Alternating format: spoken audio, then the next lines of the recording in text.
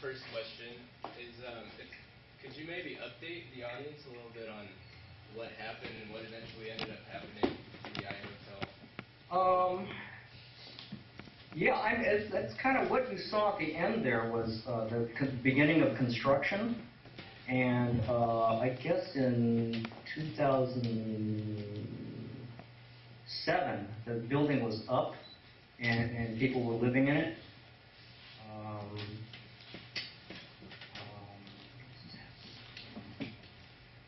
I live in Portland, Oregon now, and between the I Hotel and here, I've also lived in LA, so I've kind of been out of the Bay Area.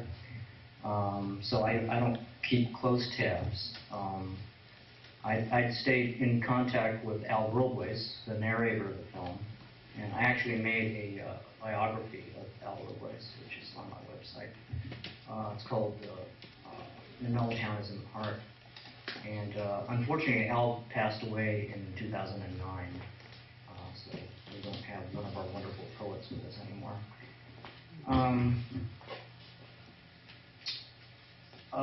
The odd thing about the I Hotel, since in its new incarnation, is that because there's like HUD money involved, it became very different from the community we used to know, where you could just walk in and just talk to people and stuff. Now you walk in and there's a desk and there's like either a desk person or a guard, and then the elevator is you have to have a code or a pass key or something to get in there, and it's just it's this kind of modern, really off-putting stuff. So. Would you say it's a small victory, at least, since it's still affordable housing and senior housing? It's not a parking lot, I guess. Oh no. It is housing. It became a nonprofit consortium bought the property, and that included the Catholic Church, St. Mary's, and they have a they constructed an elementary school, and that was part of that whole block. So the only parking lot is underneath the I Hotel. I guess moving on to that last bit of the movie, you were able to get some really close up, almost like violent shots. I was just wondering what was it like to be there, to be that close, seeing bodies dragged onto the street. Well, before I get to that, let me remind me if I fall off track, which is likely. I was on 2 phone trees, and because I was living in the East Bay, and I had an office in San Francisco, and the night of the eviction, nobody called me. I had gotten in the habit of strapping my Bolex on the back of my motorcycle, and it's a spring-wound camera, and I had these little 100-foot loads, which basically run less than 3 minutes. And I routinely bungee corded this thing to the back of my bike, and I would go home and go past the I Hotel. This was the year 1977, and you know there was shit in the air. We knew something was going to happen. So I got in the habit of going past the I Hotel every night before going home. And so this one night on August 4th, I saw some activity on the street, and so I stopped. And I parked a couple of blocks away, kind of anticipating it was going to get messy, because I used to, park right in front. So just by dumb luck, I was there on eviction night, and I had a few rolls of film. I called my partner in L.A., who worked at a TV station at the time, and he flew up and brought more film. And I had a decision to make, to go inside the building and be with the people, or stay outside. And my decision was to stay outside, meaning that I wouldn't be trapped and I would be able to get more shots. My camera is, like I said, a Bolex spring-wound camera. You kind of cranked it up, and you got 16 seconds before the spring motor ran out, and you'd have to crank it again. And so it was a silent camera. A lot of footage was gathered from outtakes from TV stations. The TV stations, subscribe to if it bleeds, it leads. So they all used the footage of the guy with blood coming down his face. And they left the good stuff on the floor, which is what I used. So I was there. It's sort of like when you have a camera between your eye and whatever's going on, it's sort of like, it's not really, but it's sort of like having a shield. It keeps you from getting too emotionally involved, because you're trying to get your shot, you're trying to expose it and focus it and all that kind of stuff. So, I figured I would be shell-shocked later, and that was true. The film has, especially for a documentary, has a really strong, visual, almost photographic aesthetic. I was just wondering if you planned to do it like that, or did it just end up like that? There are a lot of really rich shots. Well, thank you. I wish I could take credit for that. As to having a plan for it. It was shot from 1976 to 1979. I'd been wanting to do a film about the I Hotel since I heard about it. When I first started film school at San Francisco State in 1969, I heard about the struggle, and I went down there and hung around and thought, this would be a great story. And of course, I was very young, didn't have the resources to do it, didn't really have the technical.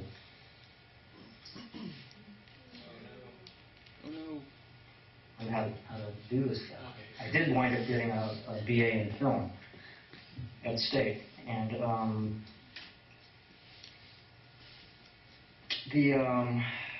we shot and shot and shot and really didn't know where it was going, because the story in the end was found on my living room floor on hundreds of pieces of paper, and at the time, I wanted to get a computer. I thought it would make it easier to arrange this stuff, but it couldn't be done. And I think that even today, if I was to do it now, I would still rearrange pieces of paper on the floor or on the wall.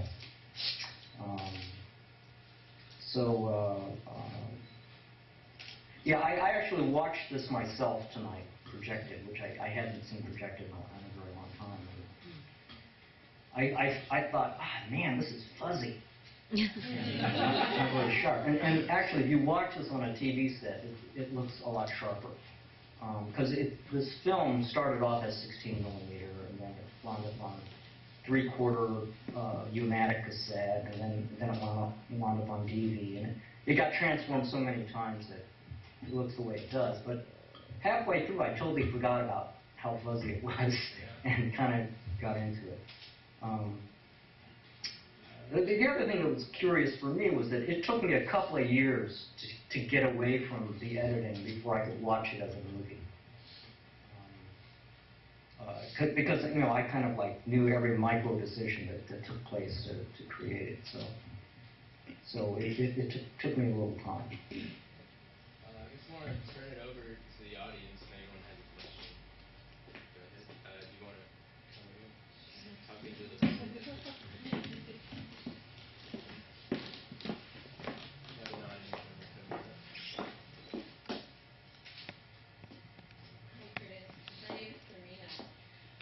Hi. Thank you for your film. My grandfather is a survivor of the Batahan death march, so personally and historically, it is a very important film for me. First of all, I wanted to say that I really appreciate the way that you convey a sense of community in the I Hotel through your filming, which is something that I don't always get from films about social protest and social justice. So I think that is really important historically and culturally. actually about... Oh, let me stop you for just a moment. Sure. Could you turn around and face the camera? I'm looking at the back of your head. You can see me? Oh. Yeah, I can actually see you. Okay. So, my question actually is about the scene before the eviction. And I'm assuming now that it's the poetry of Al Robles that is Yes. being read, and the night scene in the hotel that I found was really beautiful and striking. And Thank you. I was wondering about, it actually reminded me of some of the aesthetic of a Filipino filmmaker, Kidlat Tahimik. So I was wondering if there's Right. if there is any connection with that, or even what the music was, and how you got to the aesthetic of that particular scene. I think I discovered Kidlat Tahimik later, so you can't blame him for this.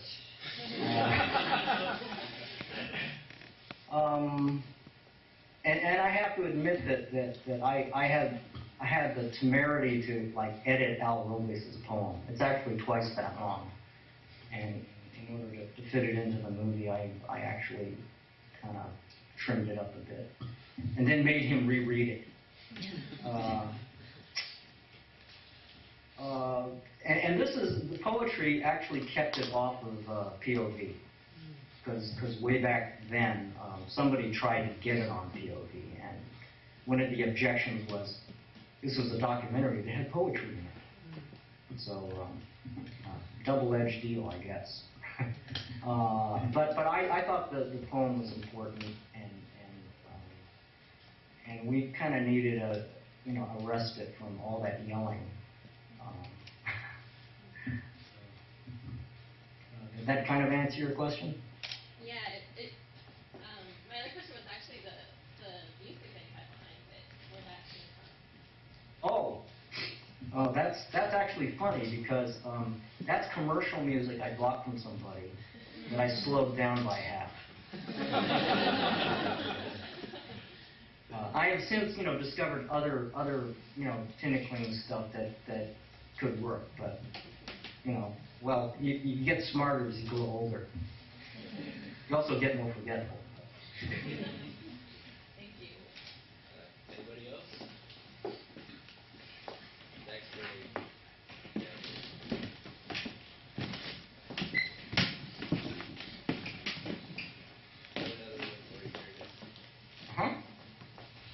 I actually have a question about the audio on the film. Who was running audio for you, and if you did actually have somebody doing audio for you, how did he get the audio that was taken inside the building during the eviction? That would be revealing secrets. No, this is actually pretty standard stuff. Gathering it from everywhere you can. A lot of the like the post but like when Hangista was inside, that was